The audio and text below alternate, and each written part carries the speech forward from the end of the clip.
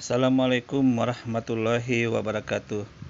Alhamdulillah wa syukurillah wala haula wala quwata illa billahil aliyil azim, amma ba. Pada kesempatan video kali ini, Madia akan menganalisa akun Luis Budi Prasetyo yang membicarakan beberapa argumen ceramah dari Ustadz Rahmat Baikuni. Oke, kita langsung aja ya, apa sih yang ingin mereka bicarakan atau tanggapi dari masing-masing narasumber ini. Oke, go.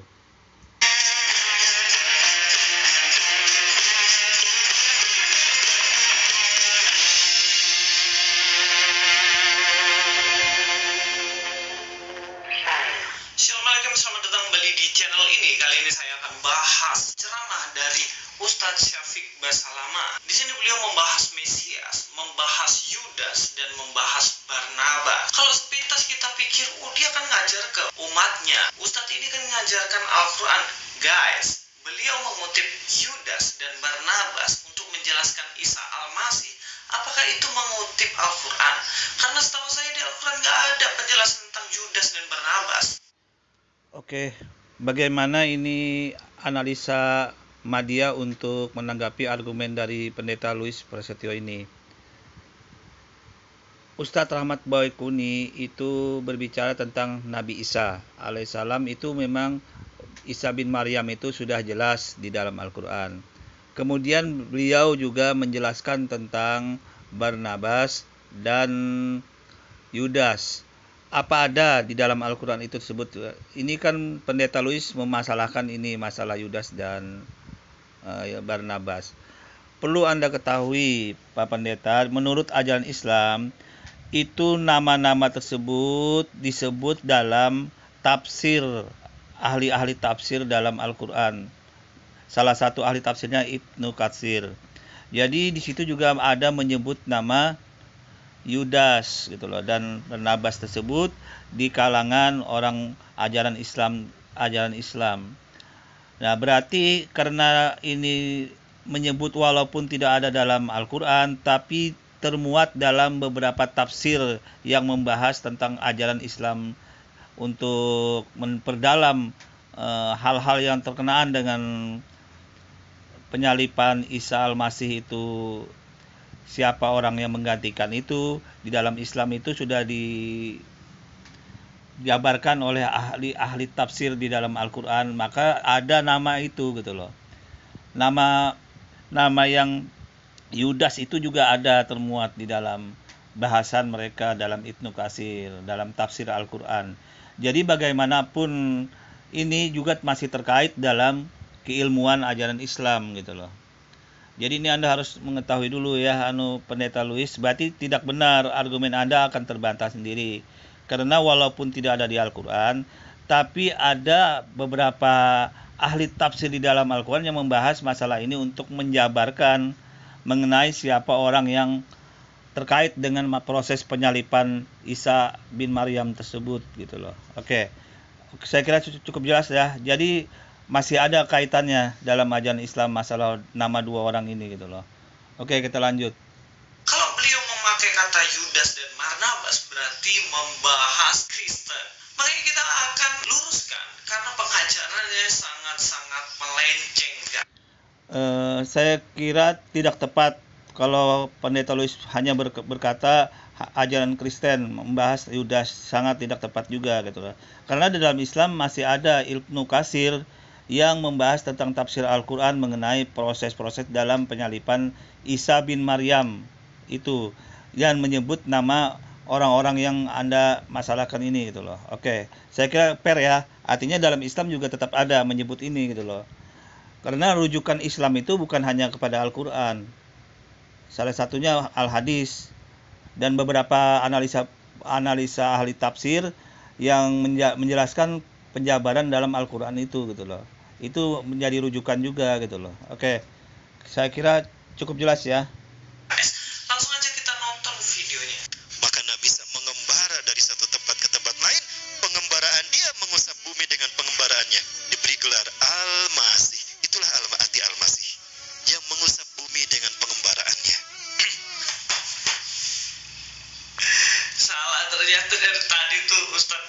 Rahmat Baikuni guys bilang Syafiq Basalamah lagi. Oke, Ustadz Rahmat Baikuni mengatakan bahwa Al-Masih itu artinya mengusap bumi. Aduh, ini aneh sekali. Sebab kata Al-Masih ini dalam bahasa Arab itu dalam bahasa Ibraninya Masia atau Mesias, di dalam bahasa Yunania Kristos, tidak berarti mengusap bumi guys. Oke, saya akan menganalisa postingan dari pendeta ini. Ya, saya kira sangat cukup jelas ya, wajar sekali karena ini menyangkut dalam ajaran Islam. Yang pertama, ini ruang lingkup pembahasan Islam. Al-Masih itu sendiri, nama itu, sebutan itu pun dalam Islam gitu loh. Dan artinya sudah sangat jelas. Al-Masih tersebut sangat cukup jelas bahwa Al-Masih itu orang yang diidentikan dengan pengembara yang suka mengelilingi bumi. Dan dua makna dalam dalam ilmu ajaran Islam itu ada dua makna Al-Masih tersebut. Itu berasal dari mim satha. Al-Masih itu masaha, masihun. Itu jadi sangat wajar. Jadi seharusnya yang punya kata Al-Masih ini memang dalam Islam memang gitu loh. Nggak bisa dibuat dan nggak bisa diartikan menurut versi dia, karena versi Islam ini yang dipakai, karena memang Al-Masih itu berasal dari Islam anunya. Bahasa Arab pun Al-Masih itu udah berasal dari bahasa Arab, mereka punya Islam gitu loh. Jadi hak Islam mengartikan itu gitu loh. Tidak bisa diartikan sama bahasa lain gitu loh. Ya jadi ya harus fair dong, pendeta Louis Persis itu harus fair dong, karena Al-Masih ini punya milik Islam gitu loh, yang berada dalam bahasa Arab. Dan memang Islam memang yang harus fair yang menjelaskan tentang Al-Masih ini gitu loh. Tidak bisa Anda pakai dengan bahasa lain. Kalau masalah bahasa lain saya nggak tahu apa arti yang sebenarnya dari itu, saya nggak mengikutin. Karena ini Ustadz Rahmat Baikuni membahas Al-Masih, berarti dalam posisi Islam ini gitu loh. Dan ternyata memang dalam posisi Islam itu artinya nggak bisa dibantah lagi, memang itu proses pengembaraan, orang yang suka mengembara. Dan juga ada makna yang lain, beliau itu suka mengusap, artinya dalam pengobatan gitu loh. Itu pengertian Al-Masih ini. Jadi harus fair dong, menerima dong, karena ini ajaran Islam. Dan Al-Masih pun dalam bahasa Arab. Kalau ada yang minjam bahasa Al-Masih itu ke ajaran Anda, ajaran yang lain, ya itu harus patuh dan tunduk dengan pengertian Al-Masih dalam Islam dong, ya kan? Nggak bisa diartikan dengan yang lain lagi gitu loh. Ya, saya kira ini cukup jelas ya. Jadi Al-Masih itu milik bahasa Arab, artinya milik umat Islam sebenarnya. Jadi wajar sekali Rahmat Baikuni ini memakai Al-Masih gitu loh. Nggak bisa disamakan dengan bahasa Ibrani, bahasa yang lain, itu kan lain jalannya. Ini kan ajaran Islam bicara.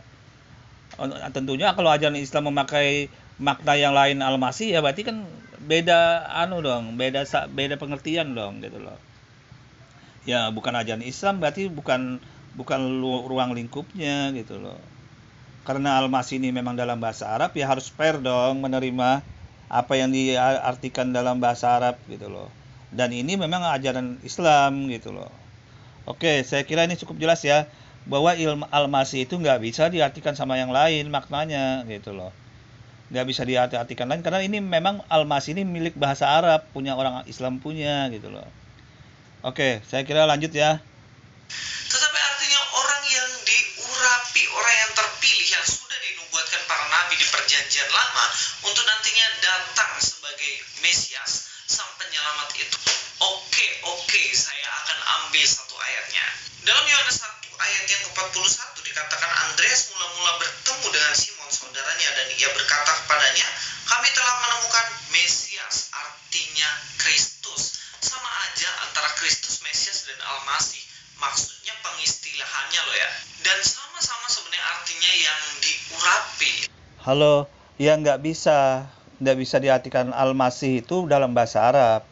Jauh bedanya dengan bahasa lain gitu loh. Nggak bisa, karena kalau diartikan dengan bahasa lain, keyakinan umat Islam akan berbeda jalur. Sangat jauh berbeda akhirnya masalah tentang Al-Masih itu gitu loh.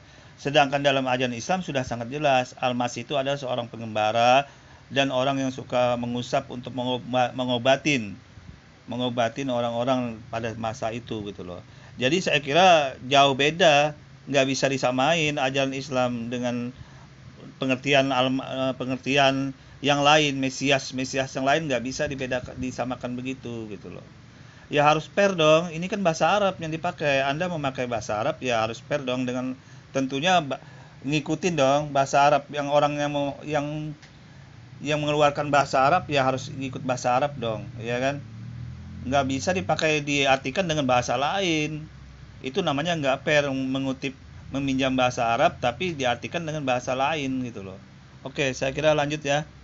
Atau Mesias yang sudah dinubuatkan. Jadi kalau Ustadz Rahmat Baikuni mengatakan bahwa Mesias adalah artinya mengusap bumi atau pengembara, ini jelas-jelas tidak sesuai kalau kita teliti dari bahasa aslinya. Oke, yang jadi masalah sekarang kata Al-Masih itu kan punya Islam, punya bahasa Arab itu gitu loh. Jadi kenapa harus diartikan ke makna lain gitu loh, mengikutin kemauan pendeta Louis gitu loh. Kan seharusnya nggak bisa dong, fair dong. Kalau pinjam bahasa Arab ya harus mengikutin orang yang punya dong bahasa dong, begitu loh. Jadi saya kira, dan ini pun dalam ajaran Islam masalah Mesias Al-Masih itu gitu loh. Saya kira ini sangat cukup jelas ya, artinya ya harus fair dong, ngikutin yang punya bahasa gitu loh. Kecuali ada bahasa lain selain bahasa Arab, kecuali bahasa Al-Masih itu bukan bahasa Arab, artinya bahasa Ibrani ya. Anda boleh mengartikan bahasa Al-Masih itu dengan makna yang sesuai keinginan Pak Pendeta Prasetyo ini, boleh. Tapi bahasa Al-Masih ini beda gitu loh. Beda sekali artinya gitu loh. Jadi nggak bisa disamakan artinya. Oke, saya kira cukup lanjut ya ini mengenai pendeta ini argumennya. Oke, go. Lanjut saja di video yang selanjutnya. Datang Nabi Isa alaihissalam kepada satu kaum yang sedang mencuci pakaian.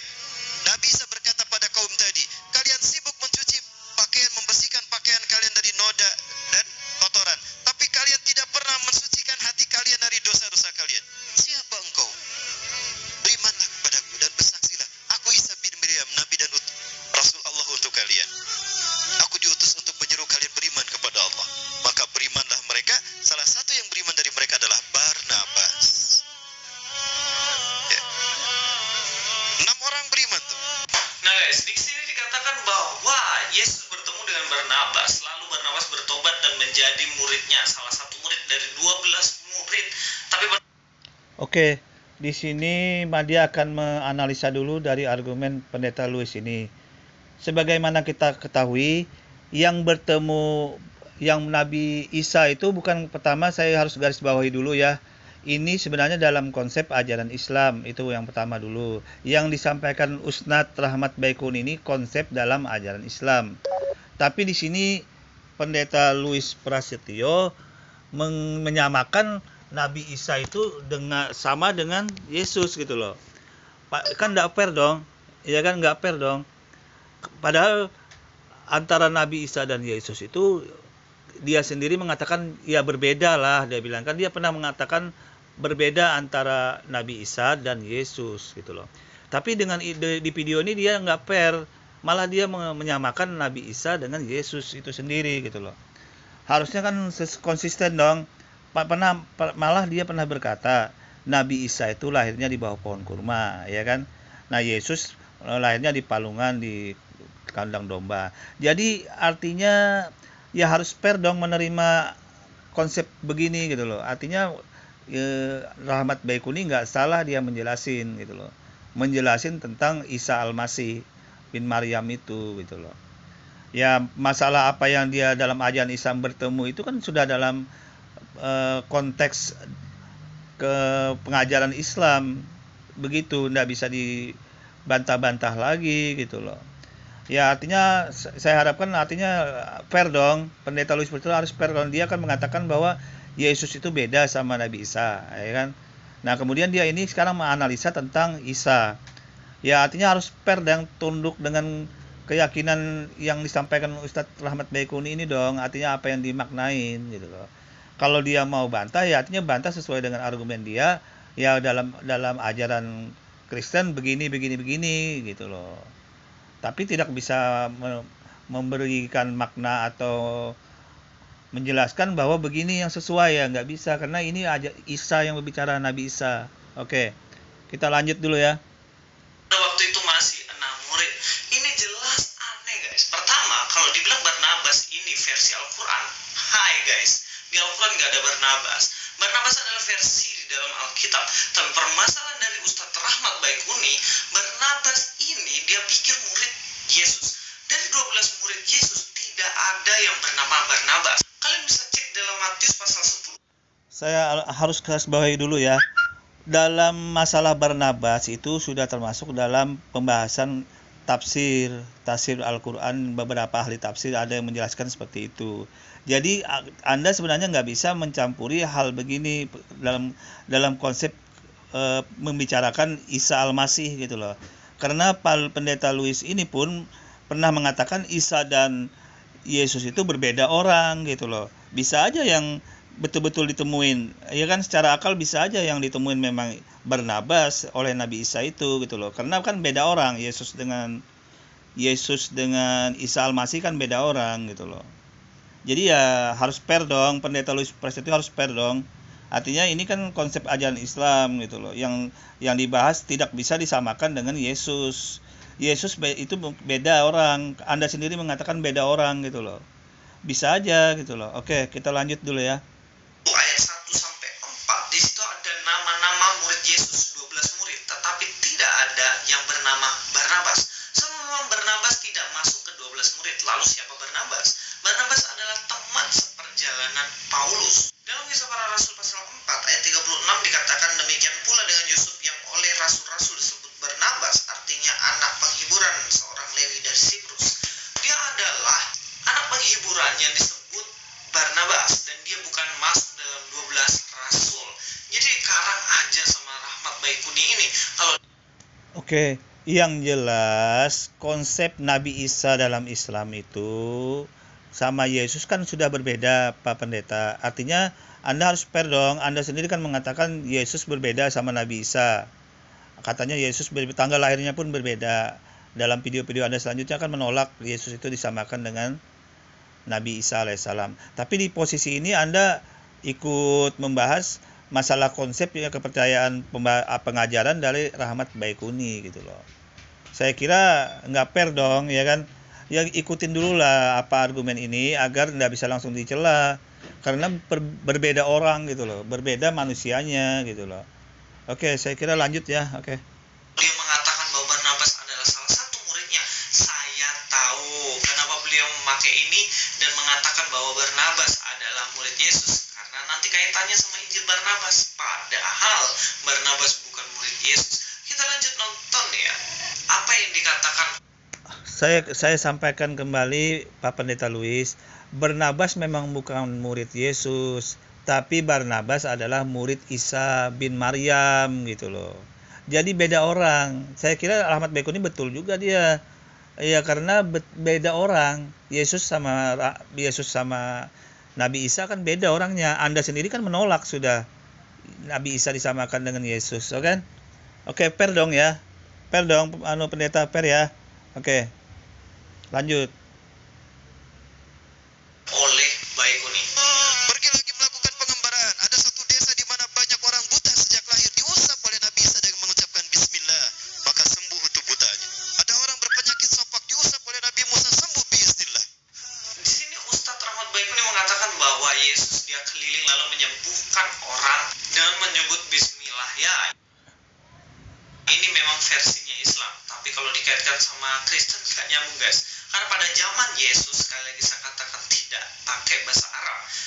Oke, saya sampaikan. Nah, di sini pendeta mengatakan versi Islam. Berarti kalau versi Islam itu namanya Isa Al-Masih gitu loh. Bisa aja bukan yang dimaksud dalam penjelasan Rahmat Baikuni bukan Yesus, tapi Isa Al-Masih gitu loh. Dan ini ajaran dalam Islam. Ya kan? Dan sesuai dengan arti dalam Islam itu Isa itu Al-Masih, artinya ya orang yang suka mengusap dan menyembuhkan orang, itu dia mengobatin orang. Itu arti Al-Masih sebenarnya dalam bahasa Arab gitu loh. Dia mengobatin orang, mengembara, bisa mengobatin dengan mengusap. Orang itu bisa sembuh dari berbagai macam penyakit. Itulah keistimewaan Isa Al-Masih itu gitu loh. Jadi ya sangat wajar dong. Tidak bertentangan dari arti Al-Masih itu sendiri. Sangat benar Ustadz Ahmad Baikuni ini mengatakan itu gitu loh. Jadi ya muridnya itu juga sudah jelas ya, itu murid Isa Al-Masih bukan Yesus gitu loh. Jadi bisa nggak nyambung kalau pendeta Luis Prasetyo mengaitkan dengan Yesus. Anda dan pendeta ini pun sebenarnya nggak ngakuin Isa itu disamakan dengan Yesus gitu loh. Oke, saya kira lanjut ya. Kalau dia memakai bahasa Yunani ataupun Ibrani masih wajar, karena pada waktu itu di Israel dua bahasa ini yang dipakai. Tapi kalau memakai kata Bismillah, ini jelas-jelas tidak sesuai dengan sejarah pada zaman itu. Mari kita lanjut lagi, yang terakhir yang saya mau bahas nih guys. Ya, mengembara lagi bertemu dengan orang-orang yang sedang memancing ikan. Dengar anak mancing berjam-jam kan, isuk jedur tapi kepeting jedor. Kalau mancing dah. Maka Nabi Isa berkata kepada para tukang pancing tadi, "Hei bapak-bapak tukang pancing. Ya, kalian sibuk mencari bekal untuk hidup kalian di dunia, tapi kapan kalian meluangkan waktu kalian mengumpulkan bekal untuk akhirat kalian? Siapa Anda? Aku Isa bin Maryam Al-Masih, utusan Allah. Aku diutus untuk menyeru kalian beriman kepadanya." Bahkan Nabi Isa pun memberikan wejangan pada mereka, mereka pun beriman. 6 orang menjadi pengikut Nabi Isa. Salah satu dari mereka bernama Yakobus. Maka genaplah jumlah mereka menjadi 12 dan mereka disebut Hawariyun. Di saat Nabi Isa melakukan perjalanan menyelamatkan diri, masuklah Yudas Iskariot alias. Oke, di sini Madi akan menjelaskan dulu argumen pendeta Prasetyo bahwa Ustadz Ahmad Baikuni ini menyebut dengan Bismillah. Padahal di situ dulu katanya tidak ada bahasa Arabnya. Makna Bismillah yang disampaikan oleh Ustadz Ahmad Baikuni ini bukan teks yang dimaksudnya.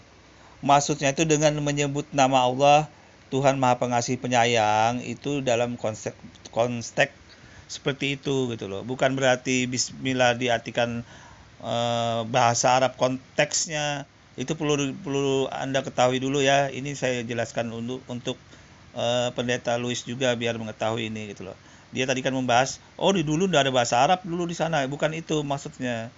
Maksud Ustadz Baikuni ini tidak bisa dimaknai dengan teks, tapi makna arti dari dengan menyebut nama Allah gitu loh. Itu maksudnya. Dan orang sudah tahu dulu memang nggak ada bahasa Arab di situ. Cuma makna teks ketuhanan yang Maha Esa itu yang disampaikan oleh Ustadz Baikuni ini. Dan orang tahu bahwa memang dulu bahasa Ibrani di sana, bahasa Yunani. Jadi ya saya kira hal itu tidak perlu diperpanjang sebenarnya oleh pendeta Luis Prasetyo memaknai hal-hal yang nggak perlu sebenarnya dimaknai dibahas gitu loh. Oke. Nah, di sini juga Ustadz Baikuni mengatakan makna lengkap Hauriyin tadi. Dia menyebut, ini kita dengar ya, makna apa ini dalam pengertian murid 12 murid ini. Coba didengar. Luangkan waktu kalian mengumpulkan bekal untuk akhirat kalian. Siapa Anda? Aku Isa bin Maryam Al-Masih, utusan Allah. Aku diutus untuk menyeru kalian beriman kepadanya. Bahkan Nabi Isa pun memberikan wejangan pada mereka, mereka pun beriman. 6 orang menjadi pengikut Nabi Isa. Salah satu dari mereka bernama Yakobus. Maka genaplah jumlah mereka menjadi 12 dan mereka disebut Hawariyun. Nah, Hawariyun itu sudah dalam ajaran Islam sudah enggak asing lagi. Itu sudah jelas. Hawariyun dan Hawariyun itu sudah jelas dalam ajaran Islam itu. Jadi nggak bisa terbantah lagi. Artinya bukan ajaran lain itu termasuk dalam ajaran Islam gitu loh. Makna-makna Hawariyun dan Hawariyun itu orang-orang yang soleh itu sudah termasuk gitu loh. Jadi saya kira ini sangat cukup jelas ya. Artinya tidak ada membahas tentang Yesus sebenarnya ini tentang Nabi Isa. Jadi nggak bisa dimaknai dengan pemahaman lain. Bahkan makna Al-Masih itu pun nggak boleh dimaknai dengan lain gitu loh, karena itu milik bahasa Arab, punya orang Arab punya, yang harusnya harus fair dong menjelaskan dengan sesuai dengan pemilik bahasa itu sendiri gitu loh. Nggak, kalau mau pakai bahasa lain, bahasa Mesias atau bahasa lain, jadi nggak bisa dimaknai lain, ya beda gitu loh. Bahasa Al-Masih itu beda sendiri artinya. Oke, kita lanjut. Di saat Nabi Isa melakukan perjalanan menyelamatkan diri, masuklah Yudas Iskariot alias Samiri ke zaman Nabi Isa. Nabi Isa berkata kepada pengikutnya, hati-hati iblis masuk ke tengah-tengah kalian. Para pengikutnya menganggap yang disebut iblis itu jin. Yang faham betul yang dimaksudkan iblis itu adalah Yudas adalah Barnabas. Barnabas paham, jangan-jangan si Yudas nih yang maksudkan Nabi Isa. Betul. Banyak kesempatan Yudas ingin berhadapan dengan Nabi Isa, tapi selalu terhalang oleh malaikat Jibril. Sampai kadongkol tuh Yudas ingin berhadapan dengan Nabi Isa. Ketika Yudas ke sini, Nabi Isa ke sana. Ketika Yudas ke sana, Nabi Isa, oh kaditu. Jadi papalimpang wae. Sampai kageram itu si Yudas. Terakhir berkata pada Barnabas, sampaikan aku ingin bertemu dengan Isa bin Maryam, dengan Nabiullah, dengan Rasulullah. Maka Barnabas menyampaikan pada Nabi Isa, Nabi Isa mengatakan pada Barnabas, hei Barnabas, katakan, belum tiba saat perjumpaan kita nanti di akhir zaman. Oh, kata Nabi Isa tuh kepada si Yudas Iskariot, ini menguatkan kalau Yudas itu dajjal. Nah, di sini bagaimana Yudas katanya kucing-kucingan sama Yesus nih guys. Padahal ini aneh banget. Sebab Yudas itu masuk ke 12 murid tiap hari sama Yesus. Tapi di sini diceritakan bagaimana Yudas berusaha masuk, dihalangi sama. Perlu diketahui Pak Pendeta Luis, ini memang dalam konsep ajaran Islam itu ada beberapa riwayat hadis mengenai sepak terjang Dajjal ini gitu loh. Jadi ini sebenarnya kaitannya tidak membahas tentang konsep-konsep apapun dalam masalah ajaran agama Anda. Ustadz Rahmat Baikuni ini dia membahas masalah tentang Dajjal, sebenarnya yang dititik beratkannya masalah Dajjal. Jadi sebenarnya dia tidak membahas tentang apa-apa yang untuk di garis bawahi masalah konsep ajaran agama sebelah gitu loh. Enggak, ini membahas masalah konsep tipu daya Dajjal yang akan muncul lagi di akhir zaman ini gitu loh. Jadi itu harus digarisbawahi dulu. Jadi sebenarnya ya lebay aja kalau membahas ini untuk memaknai konsep ajaran agama Anda, itu beda sebenarnya, topik pun sebenarnya dia beda, sasaran dari Ustadz Rahmat Baikun ini juga sasarannya beda.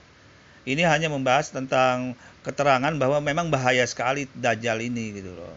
Dan ini sudah termasuk dalam ajaran Islam untuk yang dibahas dalam akhir zaman, tipu daya Dajjal yang akan datang itu gitu loh. Saya kira ini yang untuk agar jelas ya Pendeta Luis Prasetyo. Jadi saya kira ini cukup jelas ya menjelaskan bahwa memang nggak ada sama sekali mengait-ngaitkan apapun yang, dan titik beratnya pun penjelasan Ustadz Rahmat Baikuni nggak membahas ajaran agama untuk konsep-konsep masalah pemaknaan ajaran agama yang berbeda, enggak. Ini masalah Dajjal sebenarnya di titik beratannya. Oke, saya kira lanjut dulu. Malaikat Jibril. Udahlah kalian nilai sendiri, ini jelas karangan guys. Saya kasih satu bukti saja. Di dalam Matius 26 ayat 25, di situ adalah perjamuan terakhir ya, bagaimana Yesus mau mengatakan bahwa Yudas ini bakalan serahkan Yesus dan menjual Yesus. Tetapi Yudas menjawab, Yudas yang hendak menyerahkan dia itu menjawab, katanya, bukan aku ya Rabi, kata Yesus padanya, engkau telah mengatakannya. Di sini ada komunikasi langsung antara Yesus dengan Yudas. Karena pada waktu itu memang Yudas itu bersama-sama dengan Yesus terus begitu. Hanya saja memang Yudas ini tidak pernah memanggil Yesus Tuhan. Kedua, Yudas memang tidak pernah sungguh-sungguh percaya kepada Yesus. Jadi kalau dibilang Yudas gak pernah ketemu Yesus, baru ketemu nanti waktu kiamat. Ini jelas karangan guys. Silakan ambil bukti atau referensi yang sahih, yang valid. Jangan suka dengan referensi yang hanya karangan imajinatif semata. Oke, tadi kita sudah lihat beberapa argumen dari Pendeta Luis dan ceramah yang diungkap dari argumen Pendeta Ustadz Rahmat Baikuni. Analisa Madia ini mengatakan bahwa sebenarnya Ustadz Rahmat Baikuni ini tidak membahas ajaran agama sebelah. Itu dulu yang jelasin. Semua yang diceritakan ini murni ajaran Islam. Itu dulu yang perlu dijelasin. Nah, yang kedua, titik tujuan dari Ustadz Rahmat Baikuni mengutak masalah, membahas tema masalah ini, dia menjelaskan bahwa adanya tipu daya Dajjal yang akan hadir nanti ke dunia. Bukan masalah mengutak-ngutik masalah konsep apapun dalam ajaran agama orang lain, tidak. Karena dia tidak mengarah ke sana sebenarnya. Dia mengarahkan titik ini ke Dajjal, sekali lagi. Masalah Dajjal yang akan datang ke akhir zaman yang berubah dengan berbagai macam jenis makhluk. Nah, dan dia mengungkapkan bahwa Dajjal ini juga sudah ada pada masa-masa dulu gitu loh. Jadi sebenarnya beda sebenarnya saya nilai beda yang diarahkan pendeta Louis Pass itu beda juga sebenarnya yang diungkapkan oleh Ustadz Rahmat Baikuni ini gitu loh.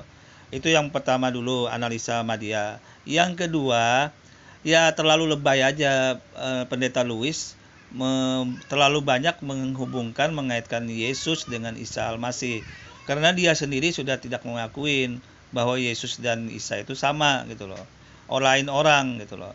Dari postingan sebelumnya kan videonya dia mengatakan Yesus lahir di sini bla bla bla bla, sedangkan Isa itu lahirnya di bawah pohon kurma. Jadi beda orang lah, ya kan. Jadi juga itu sebenarnya tidak perlu dibahas. Sebenarnya tidak perlu dimaknai lagi ceramah Ustadz Rahmat Baikuni ini kalau mau fair gitu loh. Kalau mau fair begitu seharusnya. Karena tidak ada menyebut Yesus dalam hal ini gitu loh.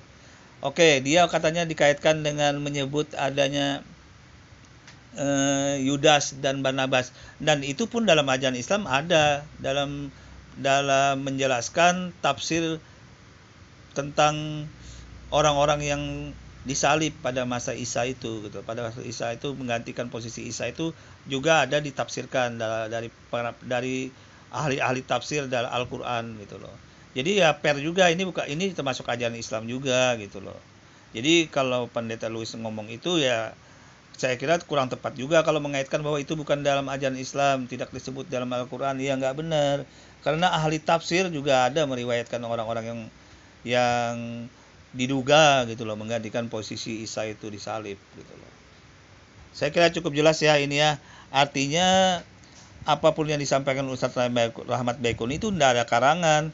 Itu semua termuat dalam hadis Nabi. Cuman cara menjelaskannya, memaparkannya itu tergantung Ustadz masing-masing gitu loh. Skill Ustadz masing-masing dalam menjelaskan pemaknaan hadis Nabi yang mengatakan bahwa Dajjal itu datang dengan berbagai macam ya bentuk atau hal-hal yang datang dari sejak zaman dulu sampai sekarang gitu loh. Dalam dulu pun di zaman Nabi Muhammad sudah ada, di zaman Nabi Isa pun sudah ada. Jadi saya kira sangat cukup jelas ya apa yang ingin saya maknai di sini, apa yang tidak bisa dicampurin dalam konsep ajaran Islam itu sendiri. Oke, kurang lebihnya saya mohon maaf. Assalamualaikum warahmatullahi wabarakatuh.